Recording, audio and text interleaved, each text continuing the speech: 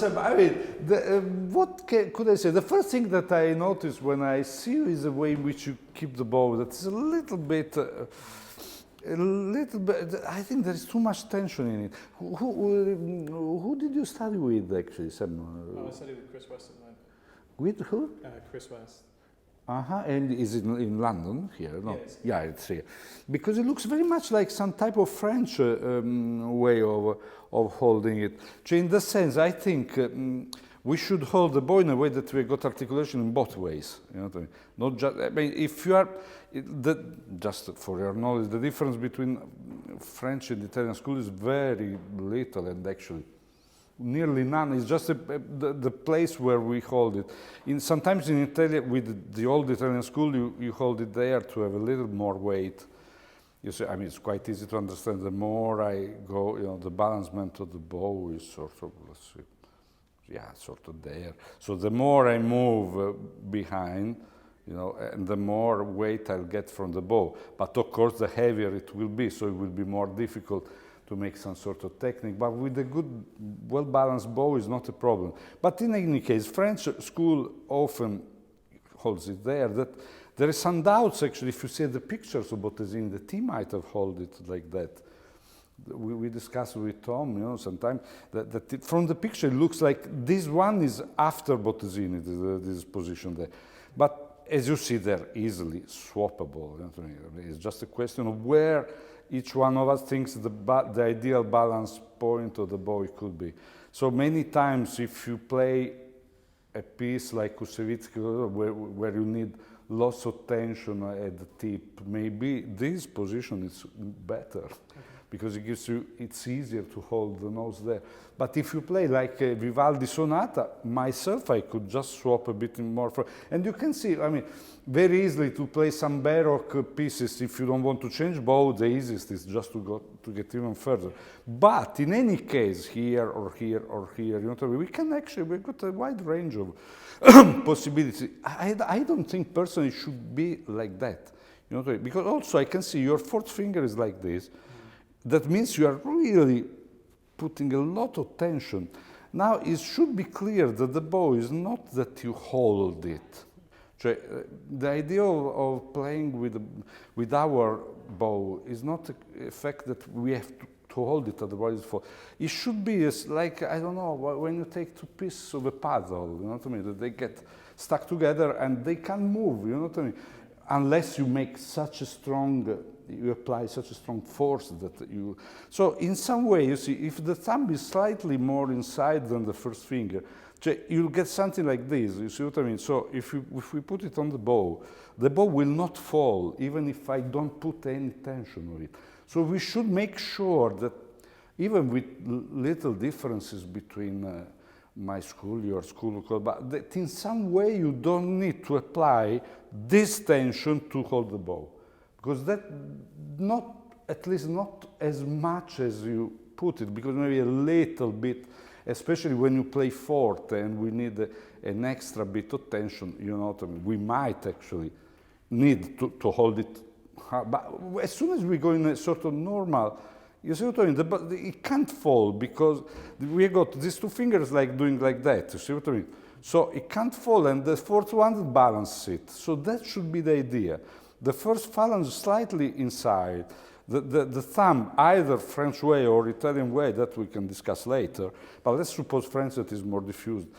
So it should be in any case there, but you see, nearly, I don't say under but in a way that you don't feel that the bow falls. Because we need to use the bow like an extension of the arm, not as something sort of external, like you mustn't feel like an object that is going to fall in any time. So we should take this bow and have all the sensibility of, you see what I mean?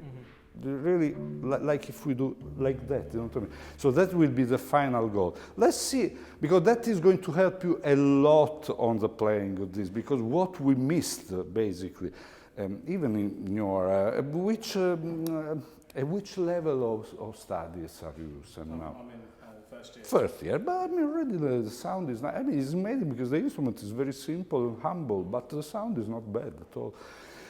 And so there is something in your arm that is working, because otherwise the sound would be not good. But you know, it's a little bit, we need air among the notes, you know, and that's exactly caused by the fact that the tension is blocking the bow.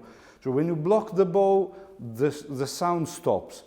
It shouldn't be exactly like that. When you stop the bow, there should be some sort of delay.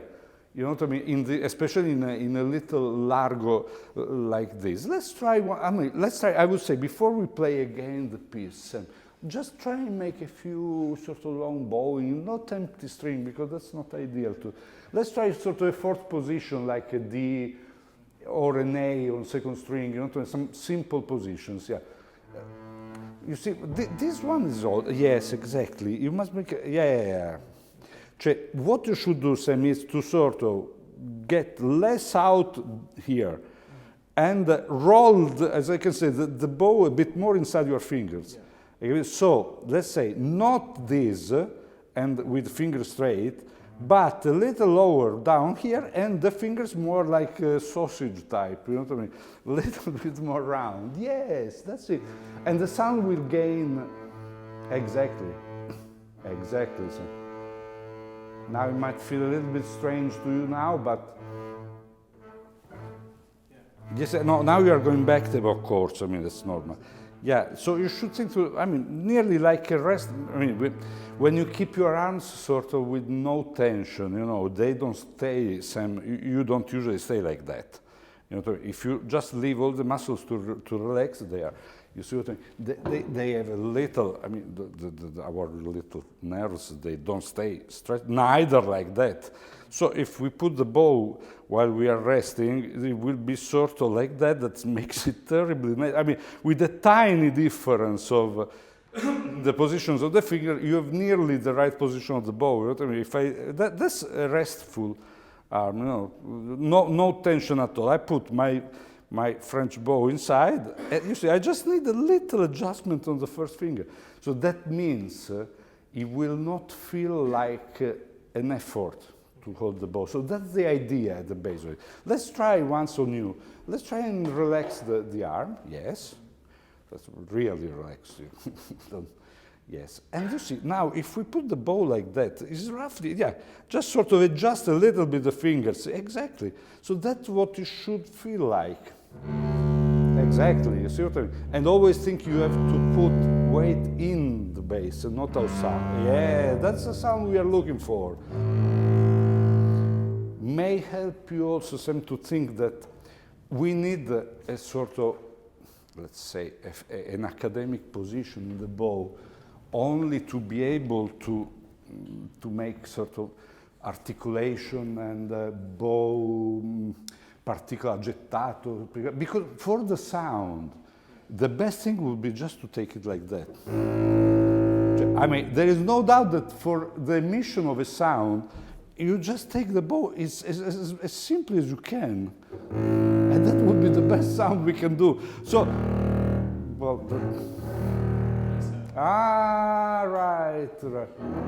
right. Okay. You see, that would be but unfortunately, in this way, we would have the effect that the tip is lighter. We have no way of controlling it, so that's why we need some sort of opposition, because we have to make a sort of compensation of it. So we have to think a little more at the tip, a little less at the front. And there is another thing, we want the bow should go straight. So we need to adapt this angle to the string. If we don't do that, of course, naturally the bow would go around, would do this. But that's no good as well. But as an emission, you see, well, look at it. That's why, in a way, sometimes people find this easier. You see, the German. Because many times when we play in French and Italian way, when they go and reverse it, they do this. That is a bit what you are doing. You don't need much to understand that you are putting the weight on there. I mean, if I make a line, that goes there.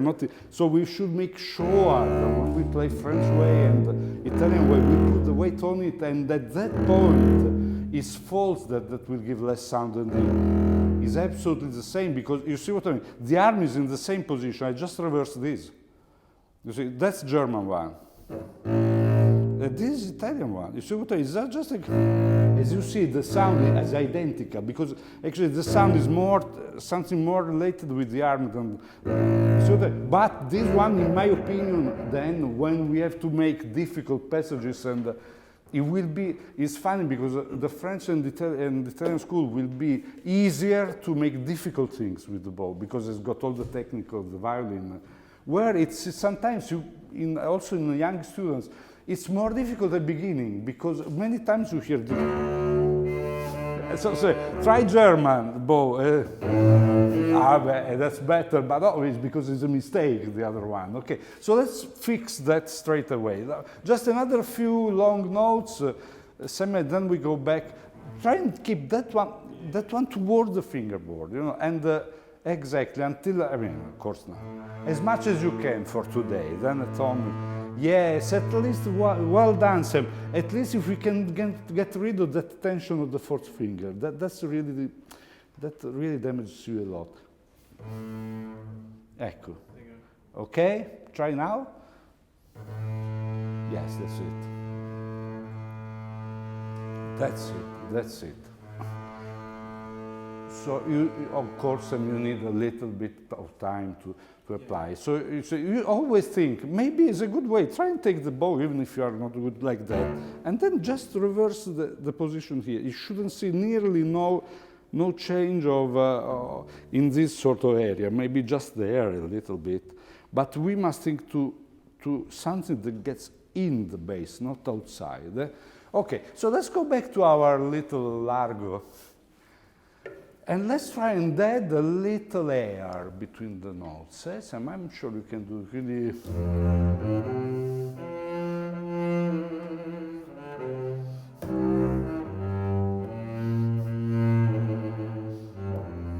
Yeah, we can decide, you know, talking about music, if making really measured that ones or sort of more stylish. But you do like it's written now. And this is not avoiding to cut notes too sharply. Okay, let's try it again.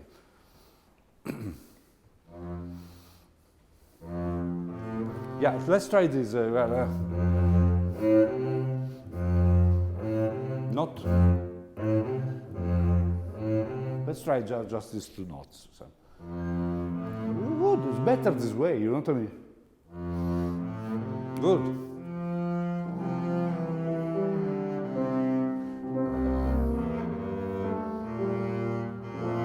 Now don't put any break, Sam, let's add this little better.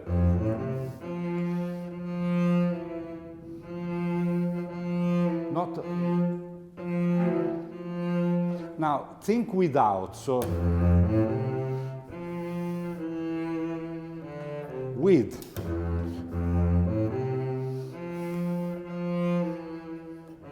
I capito? So near the bow goes like if there is no ornamentation, and so don't put a break too big, a gap too big between the two Fs. Last time, and then we go. Tanto then it's all the same. Once you fix one.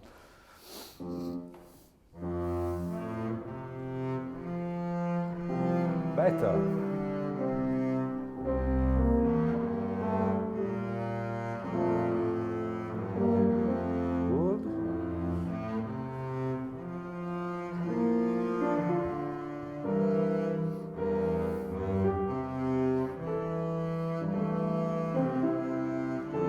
Yeah, we should fix this. Allora, we do this. I would definitely put I would definitely slur the two in the same bow. And down again.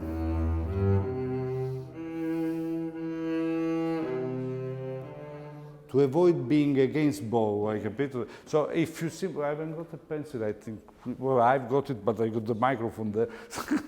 Yes, it's easier. I would definitely do that. And once more. Okay, so to try with that bow, it will work better. Let me check once.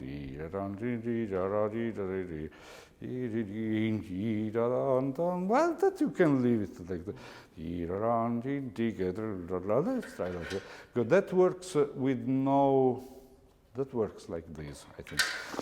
But the two ones, the first two at least with the same ball. Let's do from the fifth measure. Yeah. Fa la do fa fa re mi. No, I don't like that. Yes, but let's make. Let's try with a tiny vibrate on the F. I think you need much more bow speed. Let's try and put less weight and more speed. Let's try that, Sam. That's it. Bello. Well, that's very good. Keep going with that sound, okay? Bye.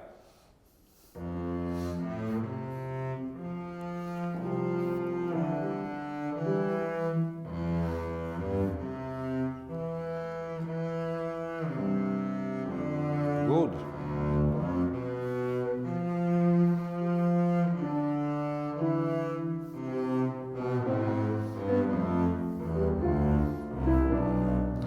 Okay, I give you an idea. Think these are.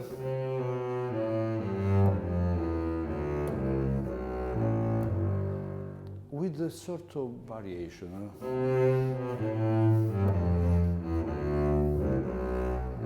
So don't think they're rhythmically essential. No? But think like if it's a.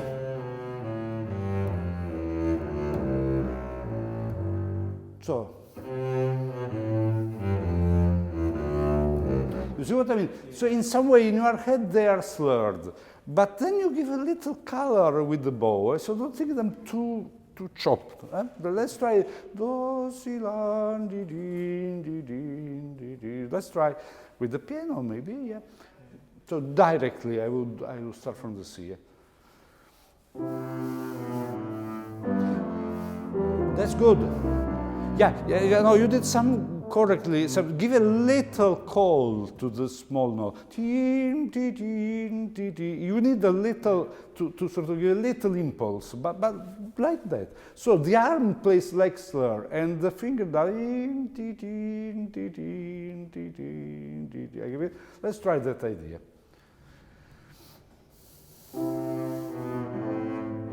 That's it. That's it. Very good. Let's join it with the 4 bars before. That's really good. Yeah, just it comes down bow, no?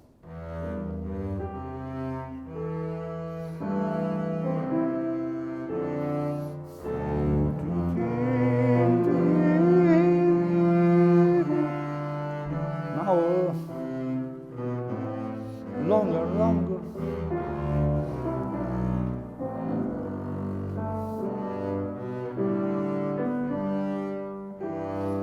Keep longer the G, Re, Sol, Mi, Do, Mi, Re. Very good, let's do the second half.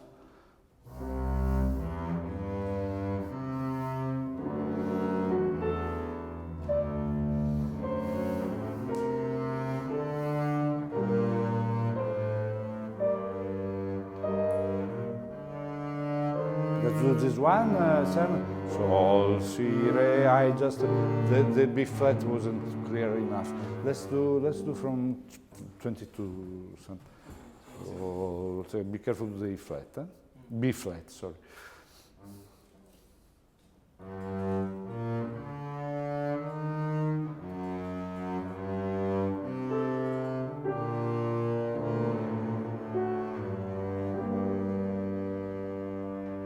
Keep going.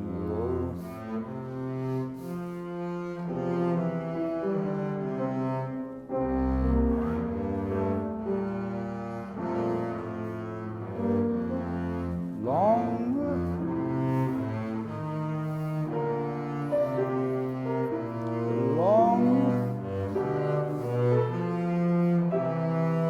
Now think it's slur.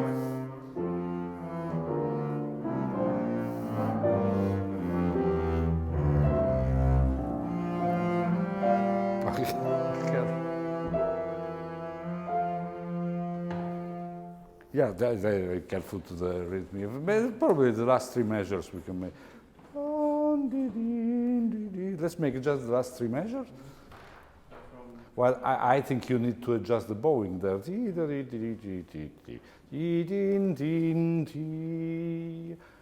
Yeah. Or else we make an appoggiatura so long that it will...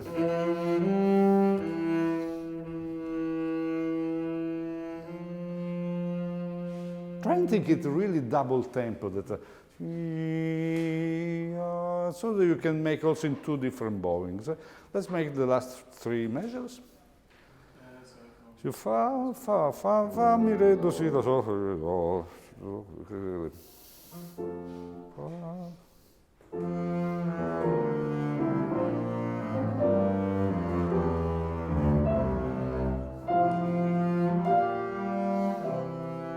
Stay there. Yes, that makes it nice. Okay, Seb, did you go through a little bit of the other movements as well? I have a bit, yeah. A bit. You want to try just a bit, maybe just. Yeah. So that was the tempo. Vediamo un po' le proportion with.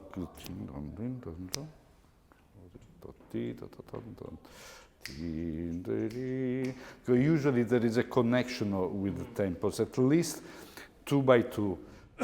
So usually to get a good first movement, we should think to that one. That's why I asked.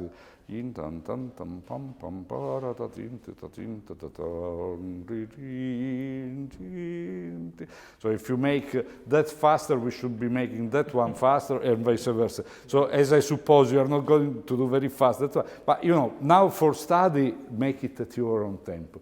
When eventually we'll think to a performance, the idea, I think, in this type of sonata is to find, as they say, l'unità di tempo, a sort of tempo unit that it's, you know, the sort of tactus, the beat is always the same. Yeah. Sometimes you get it. In other sonatas, I found it a little bit difficult, but surely I could find it first and second, and third and fourth. That always. Rarely I could find all four movements together. So in this case,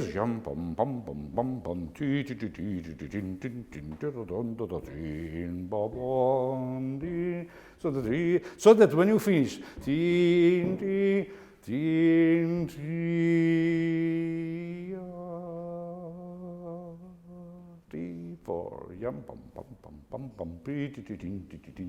that's what it will be. Sam, okay? So let's make now just whatever you did, even very slow, however you practice it, just to read a bit the notes. How long do we have had? In fact, just to have, you have got spare, I think it's not useful to spend more time on the first one. Just take your time like a study, yeah?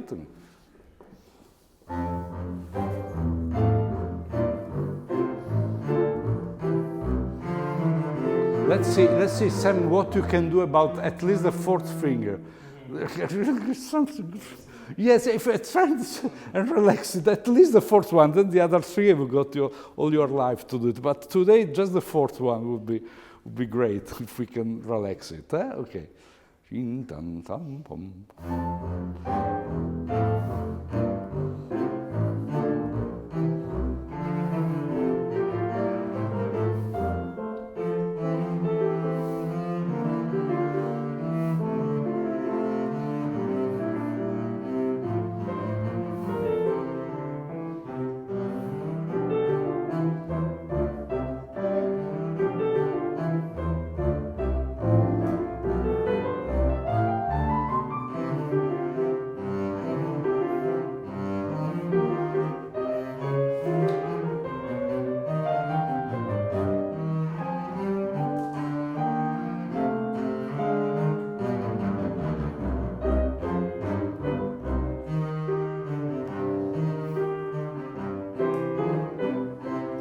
No problem. No, just there is one thing before you turn the page. One thing that might be more useful than going through the piece. This was very useful for the jumping between first and fourth string. Now there is a thing that also at home with the mirror, maybe you can correct it. Okay. Just try and play it slowly, just for me with no piano, just the first bar, and I'll show you what I mean. That's okay, but this is wrong. Okay. in the sense that feel it in your arm, that's straight.